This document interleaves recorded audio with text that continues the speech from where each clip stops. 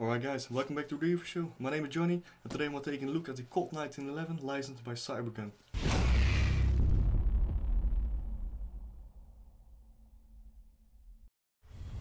Alright, let's start by opening the box. But first you'll find your manual. It's a manual I think gave out by Cybergun. Yeah, just some basic information about the Colt. Not specific the dual tone model, but just the Colt guns in general. Then you'll find the pistol itself. Let's put it away for a second. In the box comes a little Allen key to get the CO2 cartridge out of the magazine. Also in the box comes a 40mm counterclockwise thread for suppressor or if you want to put some lasers on it, etc, etc. Also in the box comes some BBs. I wouldn't use these, they're made mostly kind of cheap BBs, so we're gonna throw them away. And also in the box, 3 little targets. I don't know if those gonna fit in the most of the BB catchers because they're a little bit long, but hey, it's some free targets.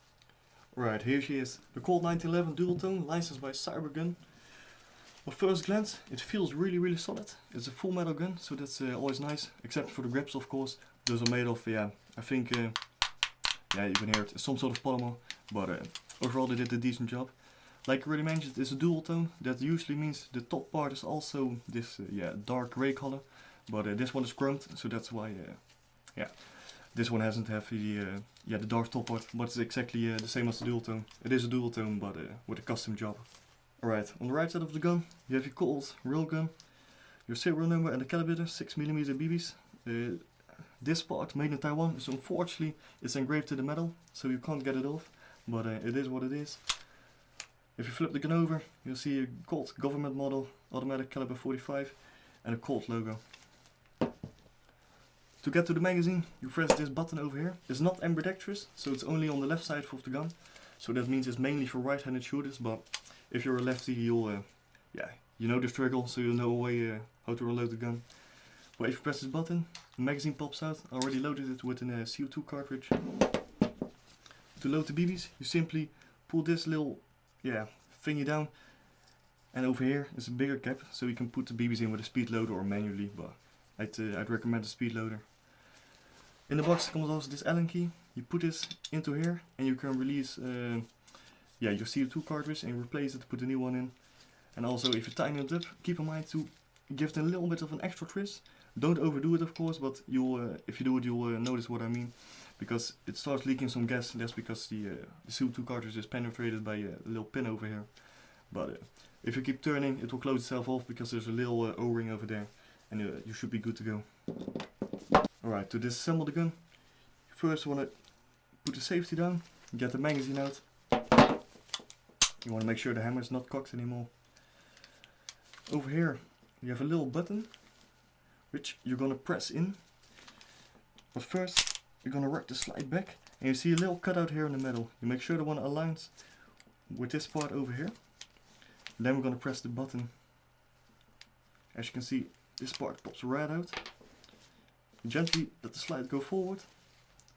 You want to press this button on the front, and you rotate this to the left, and it pops right out. You want to make sure you don't let it go too fast because there's a spring behind it, so it can fly out.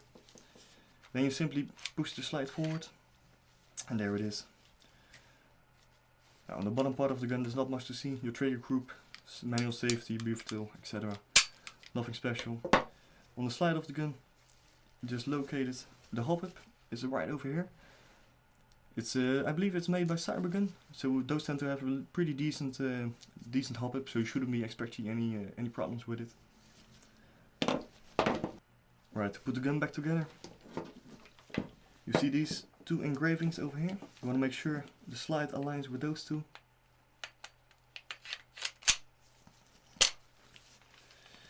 Then you're going to make sure this cutout aligns with the square over here.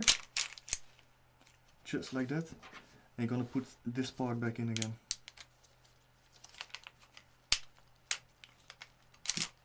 Just like that. Go to the front. Press the button again. You want to make sure the cutout is pointing towards you. and you rotate it to the left. And you'll see it will just fall in. And then you can rotate it downwards and you hear a little click. And now the gun is secured. Now there are two types of safeties on this gun.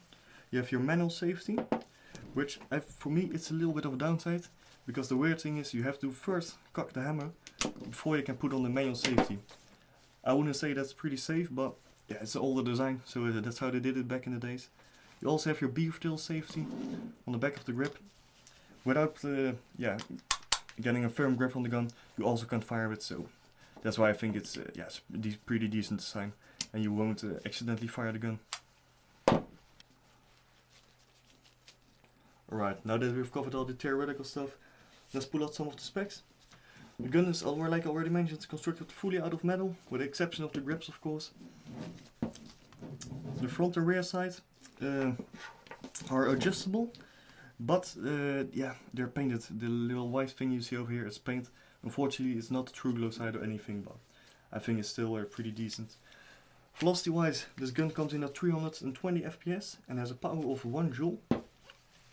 And the length of the total gun is 22mm and comes in at 970 grams. Alright, now that's out of the way, let's move to the shooting test.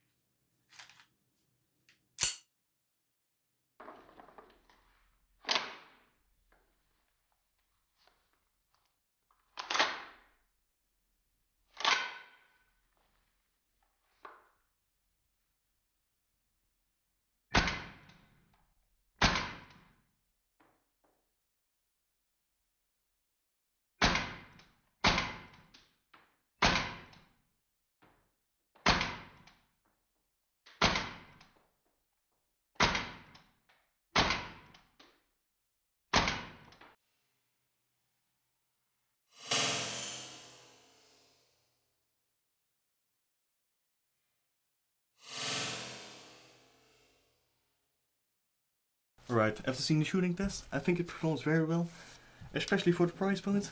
Here in Europe it retails for around 130 to 140 euros. So I think for that price it's a very decent gun. Also the accuracy, I was kind of surprised, it's very accurate. You have to keep in mind it's a CO2 powered pistol. So the furthermore you shoot it after like 2 magazines or 3 magazines, you might get to notice that your FPS drops a little and your power as well. So you won't be as accurate on the a little bit more long distance shots, but overall it's very decent. Also, it's, like already mentioned, it's full metal, it's a very solid gun, it feels really nice in the hand. Also it has a very nice blowback effect. So I think it makes for a very nice, realistic piece.